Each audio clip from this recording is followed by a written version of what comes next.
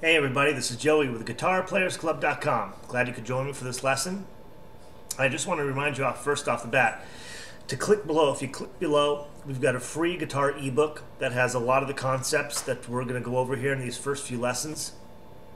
So you can follow along. It'll have the links to these lessons as well. But in this lesson, what I want to discuss is chord charts and how to read chord charts. Chord charts are fun and easy to read. And they make learning new songs very simple. The only problem with chord charts is they're cut down versions of sheet music, so they leave a lot to the imagination. But if you understand chords and measures and rhythm, you shouldn't have any problem learning them. And what's great about chord charts is if you can go find the chord chart to a specific song you really want to learn, and you can play it at a party and have a lot of fun and be the center of attention. You know, everyone loves to be the center of attention at a party. So let's get to it. Basically, this is what a chord chart would look like for Amazing Grace.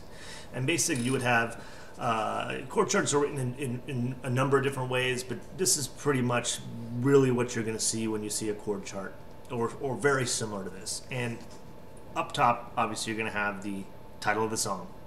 And right here, when it says in 3, this is going to be the beats of the song, or the beats per measure, or how many beats are going to be in each chord. You know, each chord here represents its own little measure. So basically, in 3 means there's 3 beats for the G, 3 beats for the G, 3 beats for the C, 3 beats for the G.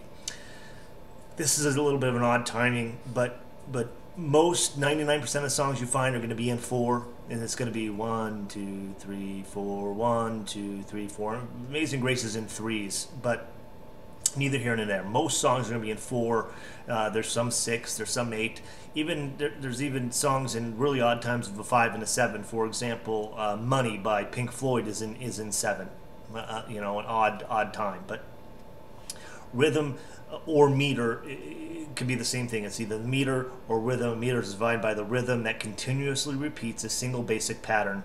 Most songs begin and end with the same meter. So this song begins with 3 and it ends with 3. The VRS means the verse. So this right here is the verse. This song doesn't necessarily have a chorus, but if it had a chorus, you would see CRS, or if it had a break in the song, or an interval or something, you would see another chord progression of some sort down here. If you see these symbols, these kind of brackets with dots around it, for example, in this song, if you saw this, oops, that would just mean that this first line gets repeated before you go to the second line. So you would go G, G, C, G, repeat it, G, G, C, then move on to this line. If you see something like that. Sometimes you would even see something like this. So that means the first 2 lines would repeat before you'd move to the last 2. And if you saw something like this with a 3 times behind it, like that, that one means you repeat this 3 times before you move to those lines. Pretty basic, pretty simple, and pretty easy. So let's use this for an example, and let's play this song together. Okay, so let me grab my trusty acoustic and a pick somewhere around here. All right. So basically, we're saying this song is in 3.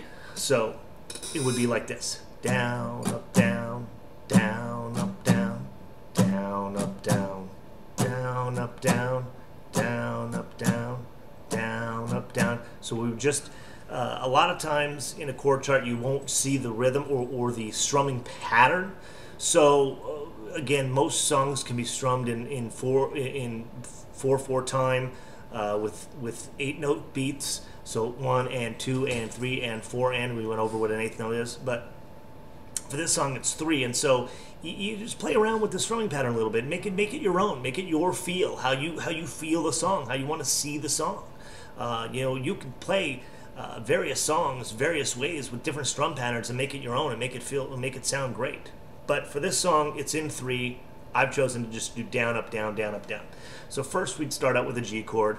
where we have our pinky finger on the 3rd fret, or on pinky finger on the 3rd fret 1st string, ring finger on the 3rd fret 2nd string, pointer finger on the 2nd fret 1st string, and our middle finger on the 3rd fret 6th string, and there's our G.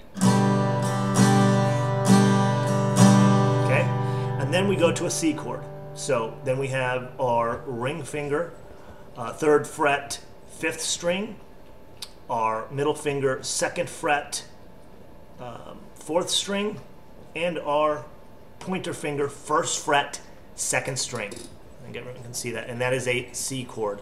We want to mute out this 6th string, so basically I just lay my thumb over the top and it's muted, and here's our C, and then we strum all of the 5 strings below it. Then we have an E minor in the song. E minor is going to be the ring finger, or the middle finger, 2nd fret 5th string. The ring finger is going to be the 2nd fret 4th string, and we're going to strum all 6 strings. And then we have a D. D was one of the toughest chords for me as a beginner. I could never get that thing to ring right, but and I was frustrated all the time. But please don't worry. It's okay to get frustrated. It's okay to want to throw your guitar across the room. Don't do it, but it's okay to feel that way. Anyway, we have our middle finger, 2nd fret 1st string.